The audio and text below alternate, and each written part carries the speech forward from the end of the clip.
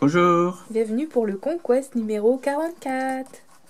plus de la moitié déjà. Ouais, Alors, dans ce Conquest, deux pots de peinture. donc on a eu la peinture, c'est dans les tons Ah, argentés, donc on Necron, a la...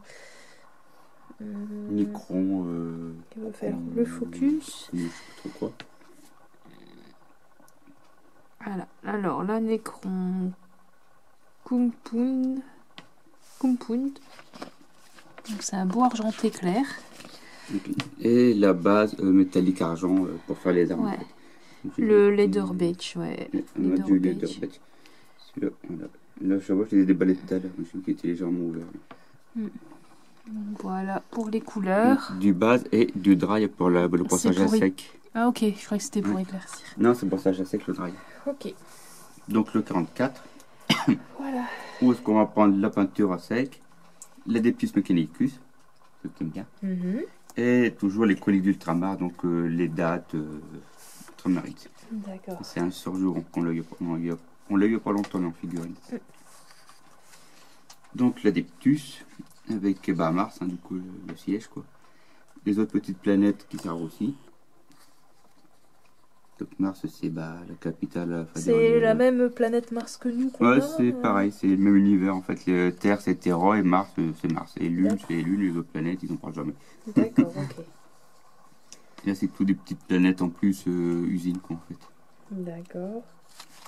Donc chaque planète a son rôle quoi. Et Mars c'est le siège du Mechanicus. Comme Mars, planète rouge, forge, couleur rouge, c'est pour ça en fait. D'accord.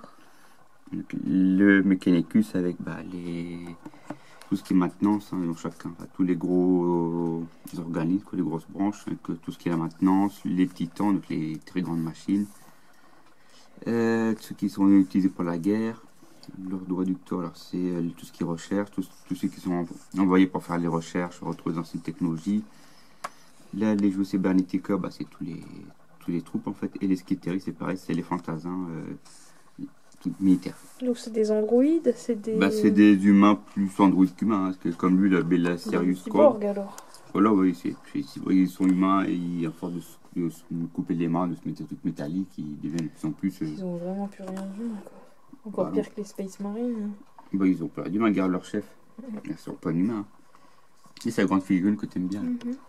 Il est plus vieux que l'Imperium. Pour te dire, l'Imperium, il 40 000 ans, on dit souvent 40 000. Et à la base, c'est des humains ou c'est des extraterrestres? Non, c'est des humains.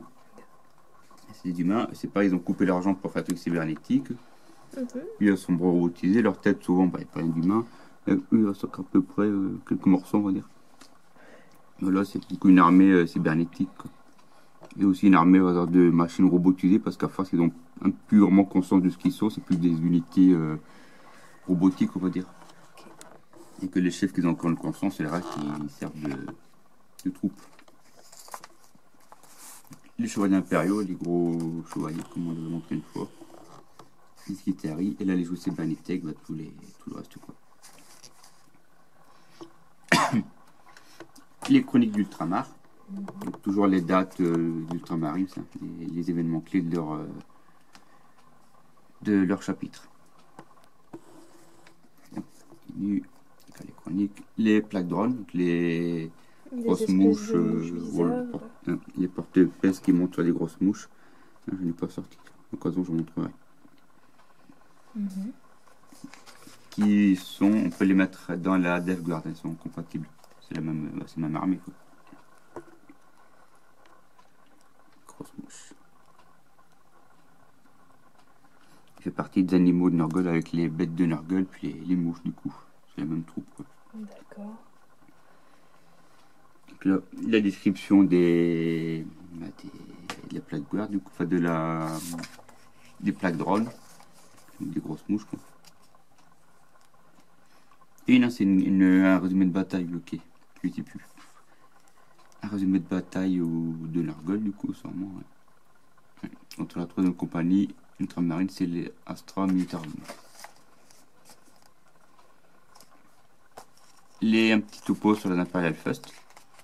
Donc, eux, leur forteresse en fait, elle est en orbite autour de la Terre. En fait, c'est les premiers à protéger, on va dire, l'espace terrestre. Quand on arrive, on tombe d'abord sur eux, et après sur l'intérieur, on tombe sur les Adeptus Custodes et les gros gardes dorés. Leur primarque, un Rogaldorn, et les batailles notables, c'est le Terror. Et leur monde, c'est Terra, du coup. Ils sont, je crois que c'est eux qui ont la plus grosse forteresse, je crois, qui vole au-dessus.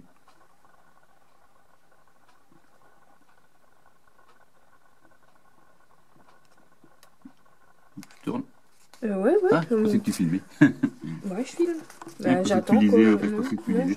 Bon, d'accord, je dis pas. Je te prendrai bien un jour. Donc l'Imperial First, et c'est un des dérivés je ne sais pas, dérivé du Ultramarine.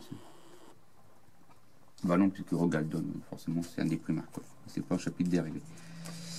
Comment on utilise le brossage à sec? Donc là, on a Necron Compoudre. Et donc il faut prendre avec le pinceau, retirer plus qu'on peut, je crois, et après il y a le dépôt qui va se mettre. Donc là, il monte sur les conduits de placement. Sur les thermorégulateurs de le conduit de faux passé, un gros kit là. Et puis des petits détails par-ci par-là. Ensuite on continue avec les petits détails d'Efguard, le rouge, le bleu, le gris et le noir. Ça fait du coup des définitions, quoi. Avec l'ombrage on peut faire aussi les caisses. Donc, les petits détails qu'on n'avait pas fait, je peux maintenant les compléter. Les règles, donc là on va utiliser donc la grande carte, la dernière carte qu'on a eue, Mechanicus, et les blindés, c'est les conteneurs qu'on a eu au début. Pour utiliser justement les règles avec les conteneurs cette fois. Justement les principes de hauteur, les lignes de vue qui sont coupées, donc lui on peut pas tirer dessus parce qu'il est caché, etc. Et ensuite la mission. La chasse au conteneur. C'est marrant, il y en a un qui est volant, on dirait. Ouais, bah on les a, ceux-là. Ok. Lydia qui suit. Non, j'ai décroché depuis longtemps. Oh bah t'as décroché. Ah, c'est ça que je parle tout seul, d'accord, depuis en fait. Ah, c'est ton truc, c'est pas le moi. Bah si, tu pourras. Avant il y avait plus d'interaction entre nous. Il y en a moins ces derniers temps. C'est des ménages. Si on a là, j'en ai 3, 6, 9, 10 déjà. Parce que j'ai 3 de boîtes de base, 3 de ombre lance et ceux de en Conquest. Donc la course à l'armement, avec les blindés, les bunkers, les troupes qu'il faut. Dans le Conquest 45, les scouts, donc là on est des anciennes figurines. Un petit errata par rapport à ce que j'ai dit la vidéo d'avant. Un errata, c'est-à-dire que je m'étais trompé. Mais j'avais dit qu'on n'avait plus de Primaris par la suite. En fait, si, on aura encore ceux de Dark Imperium et le Shark Primaris à la fin. Ce que je veux dire, c'est qu'on n'aura plus de nouvelles unités à part ceux-là, en gros.